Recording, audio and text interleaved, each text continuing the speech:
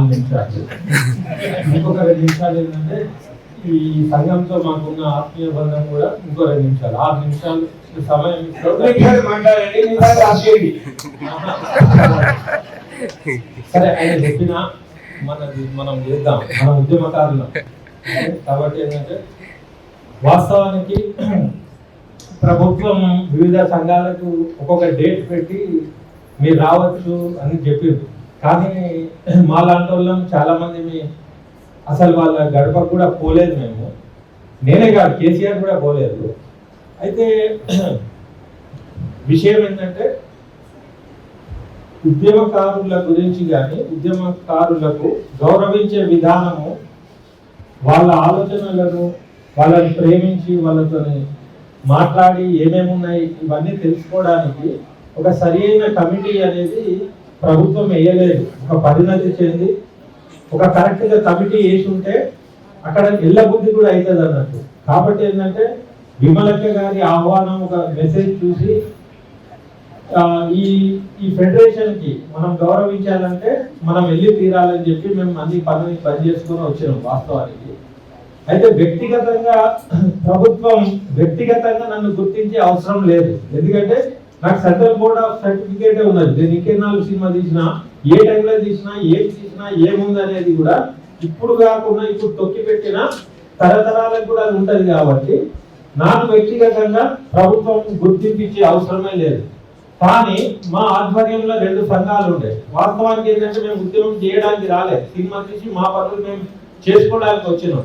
కానీ తర్వాత దిలీప్ గారు, విమలక్క గారు, కేశవరావు యాదవ్ గారు, బాపూజీ గారు, తర్వాత రాజన్న గారు, తర్వాత సుగ్రా బేగం గారు, వాళ్ళ స్నేహితురాలు స్నేహ, ఇంకా చాలా మంది ఉండేది.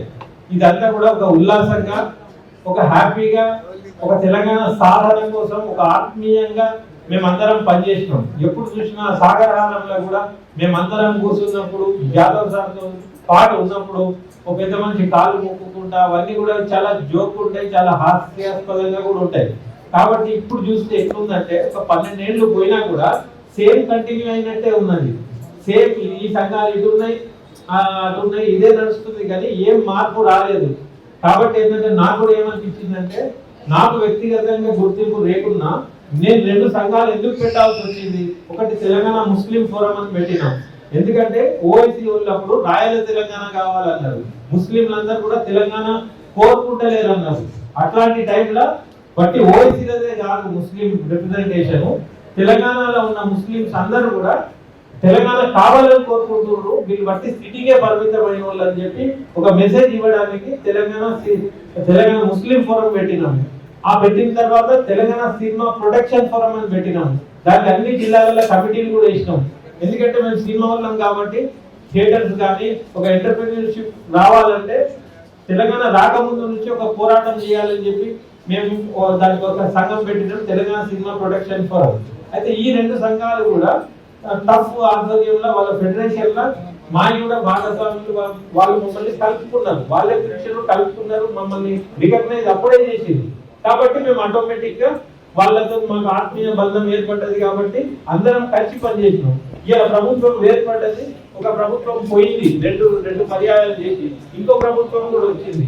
చలో మంచిదే. ఉద్యమకారుల గురించి రాజకీయంగానూ ఎందుకో తెలియదు కానీ కమిటీ అయితే చేసింది.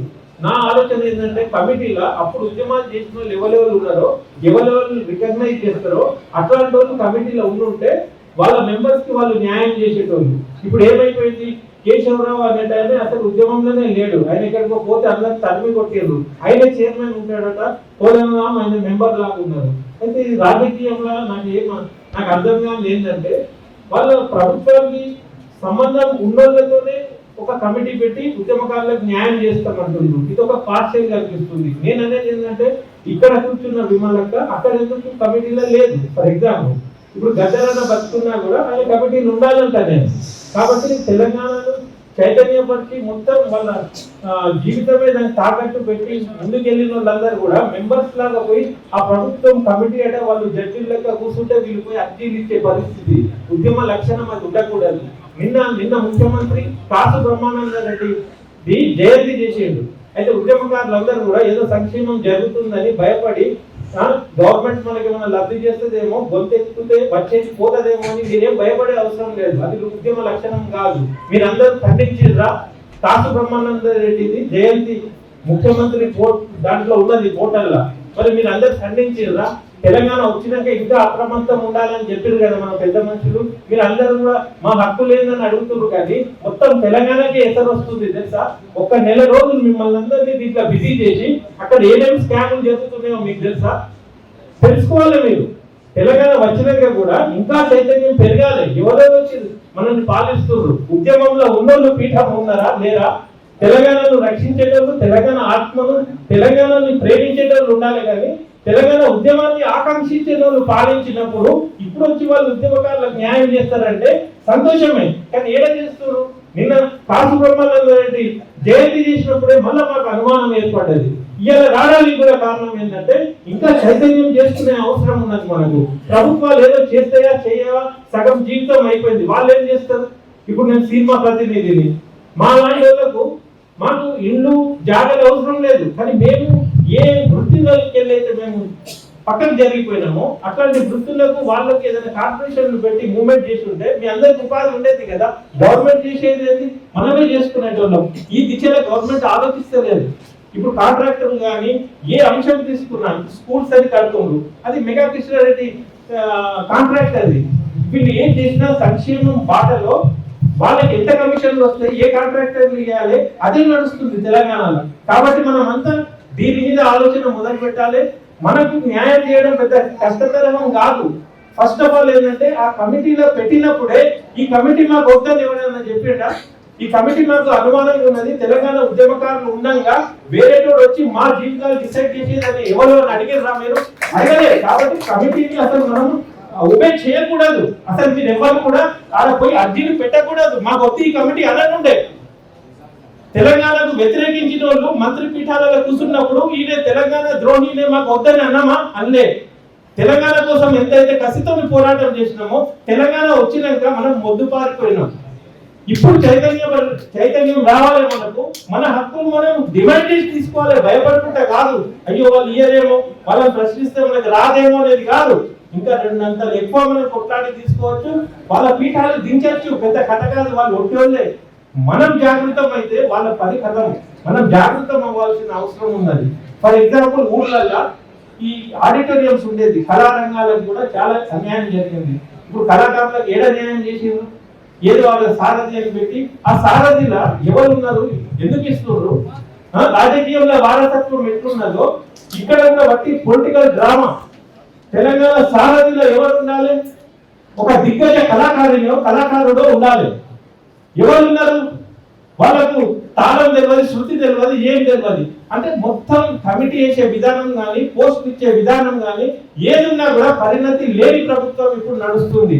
వాళ్ళకి దిశానిర్దేశం మనమే చేయాలి. ఈ తెలంగాణ మనది, మన భూమి, మనం తెచ్చుకున్నాం, మనం అనుకునే పరిస్థితిలో ఉన్నాం. ఇది మన దౌర్భాగ్యం.